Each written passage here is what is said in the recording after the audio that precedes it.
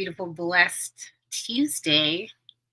I'm not sure what's going on with my laptop. However, yes. Okay, I should be live everywhere. Hi, my name is Tennille Stewart. I help women who've been diagnosed with lupus or other chronic illness go from confused and discouraged to healed, hopeful, and in control of the medical narrative. Oh, I didn't go live here. Now, I should be live everywhere. I should be live on Facebook, Instagram, Tickety Tockety, and YouTube. Happy 20th day of May, and 20th day of May is the 20th day of Lupus Awareness Month. So we're talking about that. We're doing that. That is a happening. Today's topic is going to be Discoid lupus. That is one lupus diagnosis that is super like extra not talked about or extra not explored because I guess the percentage is smaller. Although I think that they count like any skin things that you go through as a loopy, they say, oh, discoid lupus, which I've never been diagnosed with a discoid lupus, but I've had many a skin thing. And it's one of the normal, like once you get a skin thing, that could be a lupus thing, even if you don't know it's a lupus thing. So what is discoid lupus? It's a form of lupus that causes chronic skin lesions, often leading to scarring and discoloration, most commonly affecting scalp, face, and ears.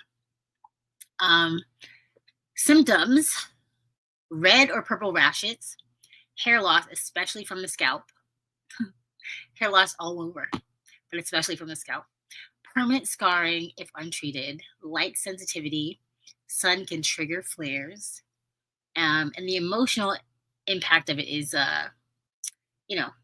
struggles with self-esteem, feeling less attractive, get disconnected from your appearance, navigating any social settings while you have a flare-up, using makeup, wigs, hats. Oh boy. So anything like when your appearance is affected by a disease at all, it is super discouraging. It's hard to be in your body. I remember after even my first flare-up, which wasn't that bad, I guess, in like comparison.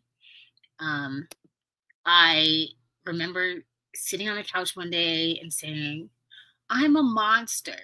And my mother was so sad. And so I think she cried right there. Like, I don't want to hear you say that. Don't call yourself a monster. Hey, Kenneth. Hey, Black Zenith. Hey, Sea Breezy. So it's very discouraging when it affects your appearance, especially like if you are dating or even at friends. It's embarrassing to not look like yourself or anybody that you recognize. It is very strength, character building, would you say? To like the first time I went bald, I remember crying till it hurt. Like I was so sad. My dad and my grandpa always made it very important for women to have hair. When I secretly cut my hair in senior year of high school, and Daddy saw it in my high school pictures. He was like, "What is this? What's going on?" He was like upset because your hair is supposed to be your crown, your glory, and da da da. And my mom used to cut her hair, and Daddy would fuss. So when my hair was just gone, I was so sad. It wasn't like a choice I made. It just was gone. Very sad. So I want to show some. Well, first I'll show somebody who you would know with discoid lupus. And I have seen this man, Seal. He has the permanent scars. He's a singer, Kissed by a Rose on the Gray, whatever it's called. Grade? I don't know. I'm going to show here. Can you see it? I think you can see it. There. Now you can see. Can you see it? Okay. Cool. I hope you saw it. Take it, talk it. So I always seen him like this, and he's still like a very handsome dude, very like built, muscular, confident. And I never knew what Discoid lupus was, but he had it way back in the way back. What was it, the 90s when he was super popular? And I had no idea that that's what it was. But once I got lupus, even years after that, is when I found out, like, oh, this man has lupus. And they didn't know how to treat it back then. So he ended up with the permanent scarring. And if they take too long just to diagnose it, then yeah, you're gonna end up with the crazy scarring. Um, I want to show some other skin involvement stuff that happened to me that not discoid lupus, however, still skin involvement. So it counts. So I had shingles 3 times. This was a YouTube video, a clip from a YouTube video of what it looked like on my face. I don't even remember what time it was. Was it the second time? Maybe. Third time? Maybe. And anybody who's had shingles, it's usually pretty bad. But I have the honor of holding one of my doctors. The first time I ever had it, it was on my belly button to my spine, and my doctor said, "I've never seen anything as bad except for in a textbook." I was like, "Okay, congratulate. What? So, why are you telling me?" Um, so like my skin is very susceptible to lupus things. The first flare up I ever had was a head to toe rash, literally from my face to my toes, a rash. And uh, you don't want to be seen like that. When I had this shingles on my face, I'm pretty sure I was dating my ex, and I didn't want to see him. He was like, "I'm fine, like come over." I was like, "No, I don't want to." Or like, "Can I come over?" "No, I don't want you to." It's just embarrassing. It works on your confidence a lot. To walk out into a room where people look normal to you and you look different and crazy, it is just not easy. It's just not easy. So, coping strategies, mental health check ins, and affirmations. I did last night was 801 days of affirmations every day in the mirror on TikTok for 1 minute. And honestly, even when I don't want to do it, I'm always grateful that I did. And it is telling yourself how you want to see yourself, even when you can't see yourself like that at that moment. It means something. It soaks into your nervous system. It feels good to know, like, I can switch this perspective.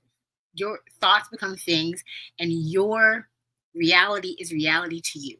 So even when I look crazy, even when I feel really unlovable, looking at myself and telling myself that it's possible to be lovable, to be beautiful, it's important.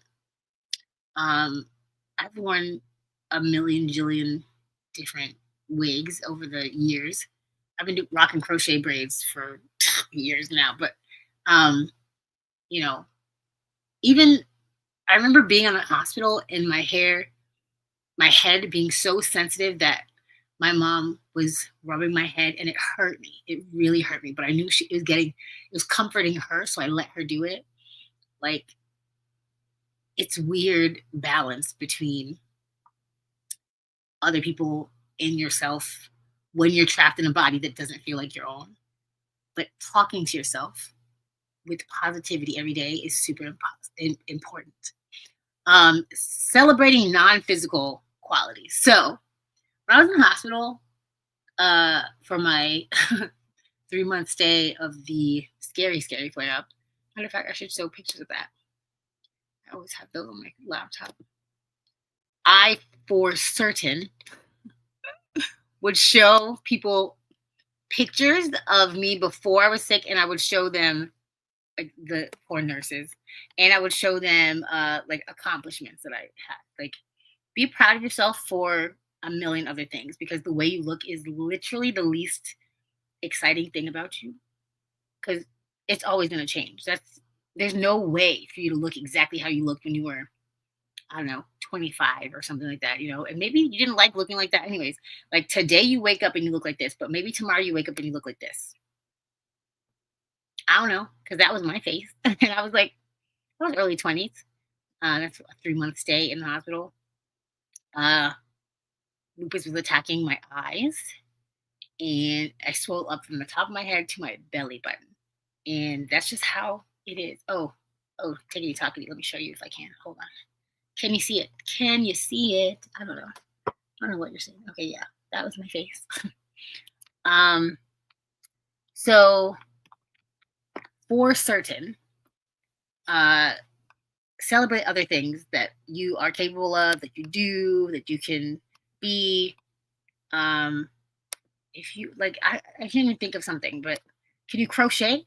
Crochet. If you Are you funny? I'm funny. So like, I'm grateful because I'll crack up a nurse or a doctor in the hospital. Talking to a therapist, and like, don't stay with the same therapist if you are not getting the results you want. If you're not talking to somebody who makes you feel good, um, or heard or understood, etc., etc. Chronic illness is complicated, and um, find maybe somebody who specializes in that, because if you know, you know is a real thing. Find community. Here we are. Holler at a player. Go ahead and hit me up. And um, yeah, just like tell your story. Every scar that I have, that I used to be so embarrassed of, is a part of my story, and I'm very blessed to still be here. I'm very um, blessed to be a testimony for people who've gone through things like me. I passed out once and fell through a glass table, and I have this scar, and I have a scar across my hip. I fell directly through a glass table. So, I mean, if you hate everything about it, at least you have fun stories to tell at a party. Like, people would ask questions, and I have great stories to tell them. Oh yeah, I survived that. Oh yeah, the stroke that I had in 2021. Yeah, I'm fine. Like, I'm good. So, um, advocate for people who have forms of lupus like discoid, where they have skin involvement all of the time, not just some of the time, and make sure that people know what that is. I know people like to look at other people and judge and be like, oh, they look like this, or why their skin looks like this. Sometimes it's stuff you cannot control. Sometimes it's stuff that you would fix if you could fix. And it doesn't even matter about like money. It's time, and 'cause sometimes some of the things that happen to people is a legit scar forever. So when you look at someone and you think like anything negative, they look bald, they look, oh, what's that scar? Like, just remember that them being outside is a superpower that they have. Everyone does not have it in them to do what they are doing. And I commend you, all my loopies with skin involvement, with discoid lupus, with anything that makes you feel not as beautiful or as handsome, as wonderful as you are. I see you. I've been you. I am you. And I'm just proud of you. Just go outside, rock whatever God gave you at the moment. Realize that it's all fluid. Your weight, your skin, your hair is all fluid. And if worse comes to worse, you can buy some. Slap it on. Slap on a wig, or like, get a faja, girdle. It'll be great.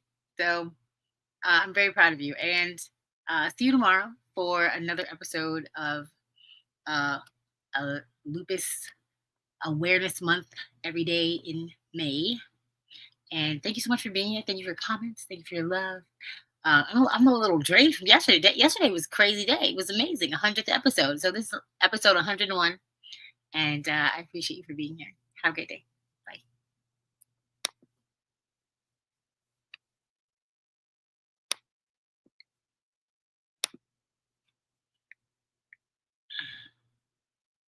Bye, Connie. Okay. That was super low energy. Crazy. Um, is anybody still here? Oh, who are you? I don't know if you're still there. Can I mod?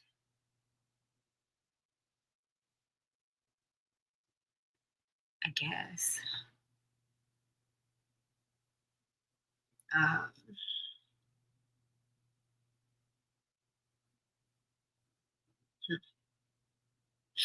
I don't understand.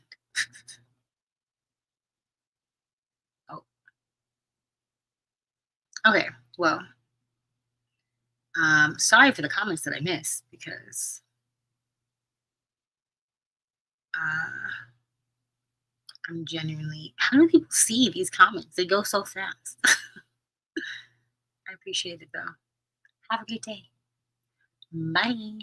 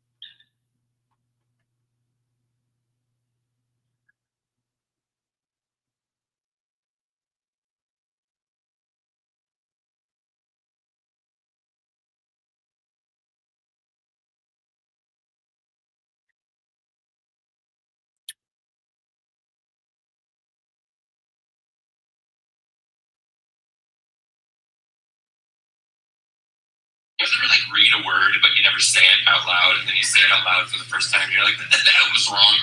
I recently got really into macrame, which is just like knitted little like hippie things that'll hold up a potted plant, right? But I never said the word macrame. I'd only read it on Etsy. So I went to my local plant shop to get some macrame. I full confidence looked at the woman across the counter and said, I'd like to buy some macrame.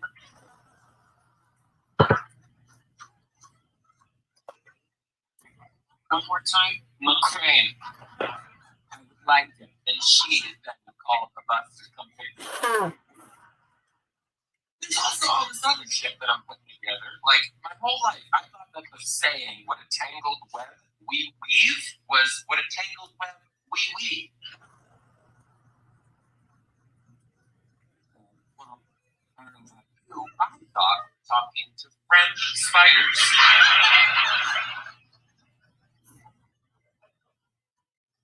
Baby got back by Sir Mix-a-Lot. You know that one line that goes, ooh, rub that smooth skin. You say, want to get my pants? Well, a couple weeks ago, I was in the backseat of my friend's car, and that song came on, and I full confidence said, ooh, Rumpelstiltskin. So, excuse me.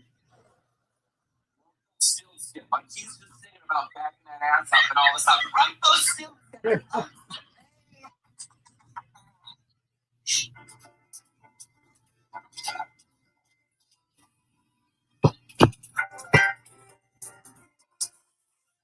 Why? There's a clover for every restaurant. You guys ever like read a word but you never say it out loud, and then you say it out loud for the first time, and you're like, that was wrong. I recently got really into that, which is just like.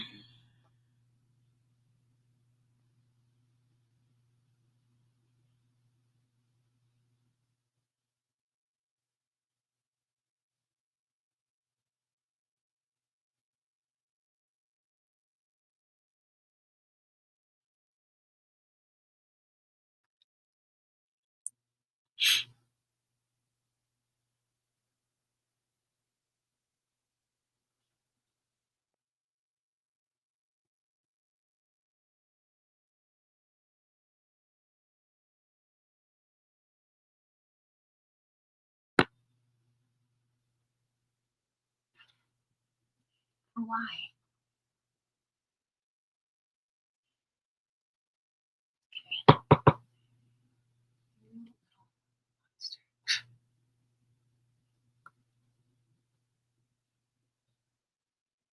You're not touching it.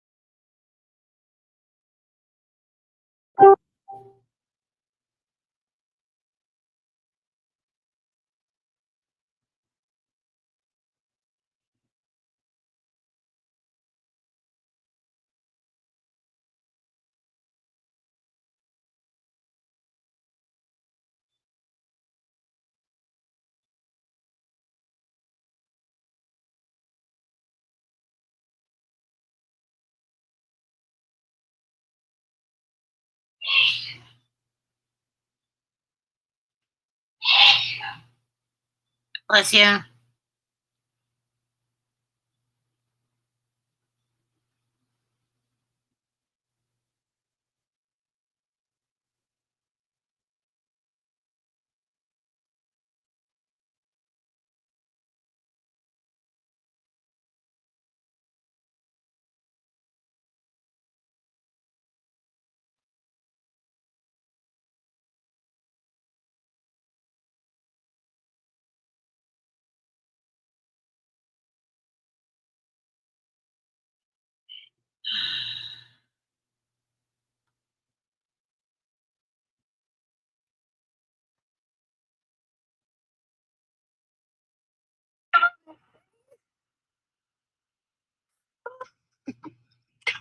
You want those are so expensive, and they do not.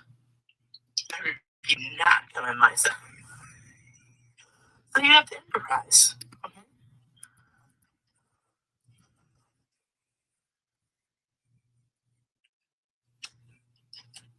You just wear a regular bra. This one, we don't talk about hair. Besides, I think mine holds a little bit more, okay? A little bit of wine, a little bit of lotion, and of course, some champagne.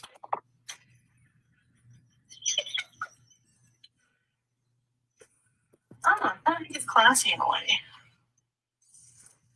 You know,